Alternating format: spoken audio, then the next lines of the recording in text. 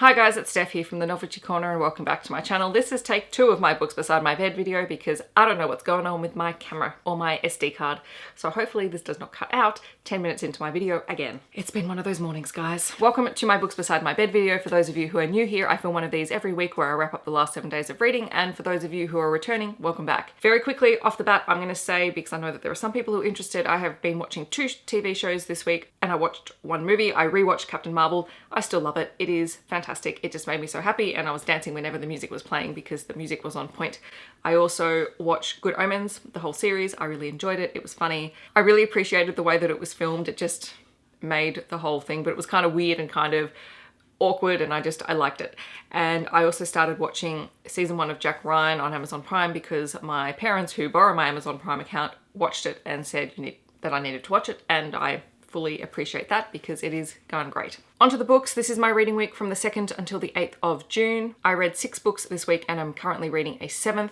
I read 5 adult and 1 new adult books this week, so I've really sort of stepped it up, and the book I'm currently reading is middle grade, but I'll talk more on that later. I read 2 straight up romances, 2 paranormal romances, 2 contemporary books, which did have romance in them, but are more just sort of contemporary style books. And the middle grade book I'm reading is a fantasy. I read a total of 2,118 pages and my yearly reading total is up to 146 books. I'm currently reading Skullduggery Pleasant Bedlam, which is book 12 in the series by Derek Landy. This is marketed as middle grade and this is where my problems come in, not with the series. I love the series. You guys have heard me talk about Skullduggery Pleasant. I adore it and I'm so glad to have the most recent book and to be reading it in a relatively quick fashion compared to release, which is not always the case with me and these books. I say it's kind of middle grade because the series itself is marketed as middle grade, and definitely there are things about the series that are middle grade, but I think by now it's sort of graduated at least to young adult, sort of, and even then that's a little bit iffy because the main character of the series, Valkyrie, starts the entire series back at book 1 as a 12-year-old and now she's 25 years old. And even though we've got other characters who are younger and in their sort of early to mid-teens, I find it really difficult to classify this book, which does not in any way detract from the series. But I think if I'm going to talk about it to people, I want to be able to say sort of where it fits. And I don't want to misrepresent the book at all, or the series, or the readership. So I'm conflicted, guys. If you have read the series and are up to this book and you have thoughts, please let me know in the comments because I don't know. But that said, I'm very much enjoying it. I haven't got very far. I'm only about 150 pages in and this is quite a hefty book. So the main plot is sort of still revealing itself, and being book 12, it's kind of hard to talk about a series. Valkyrie and Skullduggery are off to save the world again from people who are trying to bring back the Faceless Ones, who are sort of these ancient gods who will devour the world. There's magic, there's mystery, and there's a whole host of characters, and Derek Landy has a very distinctive style of wit when writing. So I enjoy the series. I'm glad to be reading it. You'll hear more about this next week when I finish it. The first book that I finished this week was Arctic Wild by Annabeth Albert. I started reading it last weekend, so you would have heard me talk about it a little bit in my last wrap up. It is the 2nd book in her Frozen Heart series and is a 2019 release from Carina Press, and I gave it 3.5 out of 5 stars. I also have conflicted feelings about this series because I really like Annabeth Albert's work, but I find that the Frozen Heart series tends to be just a little bit slower and the pacing tends to be a little bit off for my personal tastes. Frozen Hearts follows a series of people taking holidays in Alaska, and it's sort of like the Alaskan sea change version of a sea change. Really. I can't relate to, I've never been to Alaska, but I quite enjoyed the idea of people actually getting back out to nature and realizing that perhaps their city lives may not also always be the best thing for them. So that part I kind of get it.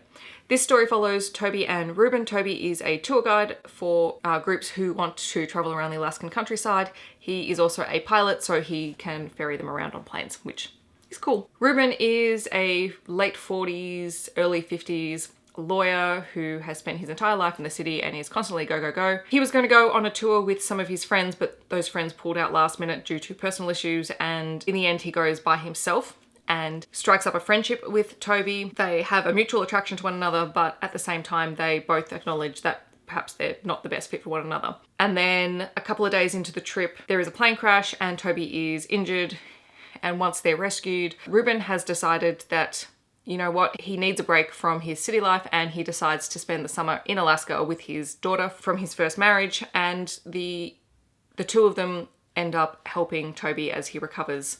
And then you get a whole lot of tension between Toby and his family because his family don't really understand his sexuality and they don't particularly approve of Reuben as Toby and Reuben's relationship develops. Reuben's daughter was the highlight for me. She was just sassy and fun and I loved it to death. I quite like the story. I quite like this one more than I liked Arctic Sun, but again, the pacing issues are just a little bit weird for me. So there's that. Then I read Hot Winter Nights by Debbie Rawlins, which was a 2016 release from Mills and Boon Blaze, and I gave it 3 out of 5 stars. To be honest, I probably could have bumped it down a little bit because I don't actually remember the details of the plot too much, but overall it was the story of Clint, who is a rancher and works with horses, I think in Texas, but it could be any of the southern states in the US. I apologize. Clearly this book was a palate cleanser because the details are not coming to me. Clint is there to look after horses on a film set. He meets Lila, who has dreams of becoming an actress but is actually working on the set as hair and makeup, and she is also one of the people who has put money into the film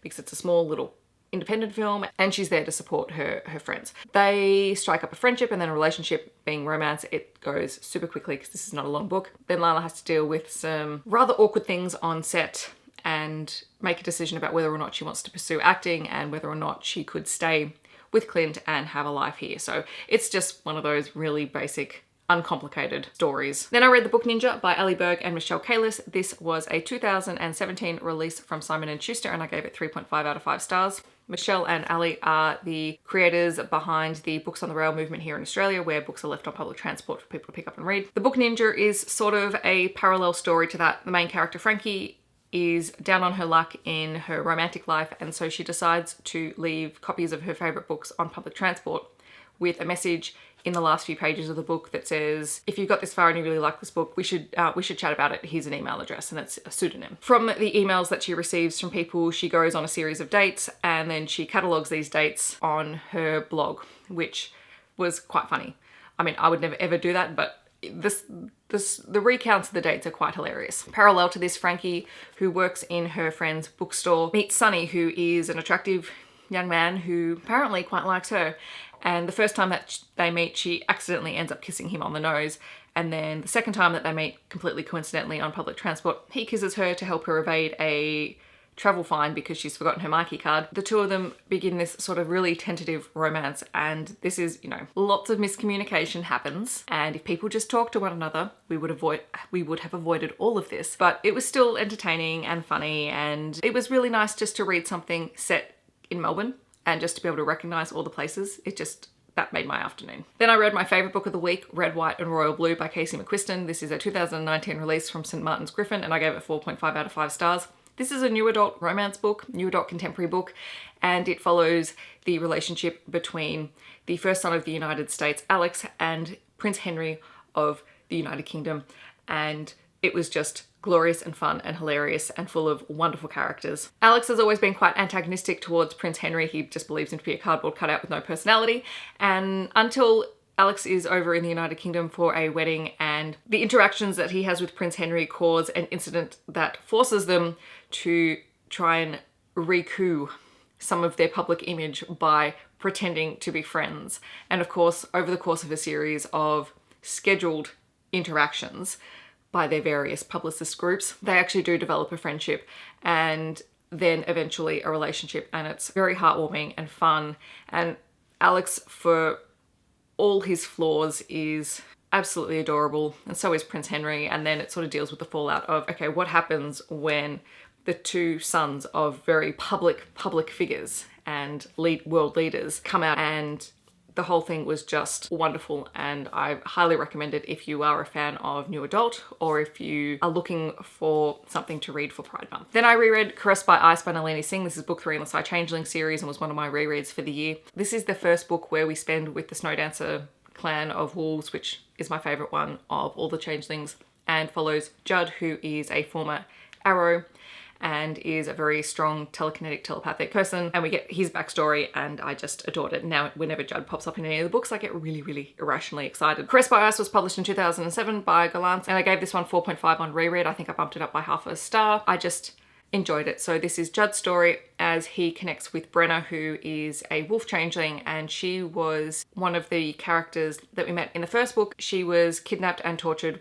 by a insane Psy, and Judd was part of the team that rescued her. And it's really about their dynamic as Judd deals with breaking or not breaking silence, and Brenna keeps pushing his buttons because she really likes him and she feels safe with him. And then you've got a whole lot of side plots that are going on. Less side plots than the current books, but still very, very enjoyable. And then the last book that I finished this week was Shards of Hope, which is book 14 in the Side Changing series. I've got one more book and then I'm finished, so I'm hoping to finish the first series this month. Shards of Hope was published in 2015, was published by Galance. I gave this one 3 out of 5 stars. Honestly, this book really felt sort of filler-ish. It follows Aiden, who is the leader of the Arrows, so a Psy. It's basically the Psy's military force. They're sort of like assassins slash mercenaries slash military, which is kind of scary because they're all very high grade Psys. They're also very well trained and work as a unit, and they're quite deadly and whatnot. So it follows Aiden and his relationship with Zyra, or Zara, I think it's Zyra, who is one of his soldiers. And silence has fallen in the world and the Arrows are trying to find their place in it. And Aiden really wants to build a community for Arrows where they no longer train the children the same way that they were trained. So they were tortured and beaten and broken as kids. And he doesn't want that for the future generations. So he tries to set up a community where they can all live and they can be safe. And the side children who no longer have silence as a training backup can actually interact with other kids and be safe. And that sort of stuff, that was very heartwarming. The relationship stuff, Aiden and Zara were fine, but I wasn't feeling it. What I did love was the interactions between the Arrows and various changeling groups in this one, and also the way that they brought a lot of the kids in and they talked about the safety and stability of these kids and their future relationships and families. So that I really appreciated because that shows greater world building. So those are the books that I read this week. In the comments below, let me know if you have read any of these books or if you're planning on reading them. Otherwise, I hope that wherever you are in the world, you're having a wonderful day, and I'll catch you guys in my next video. Thanks so much for watching. Bye guys.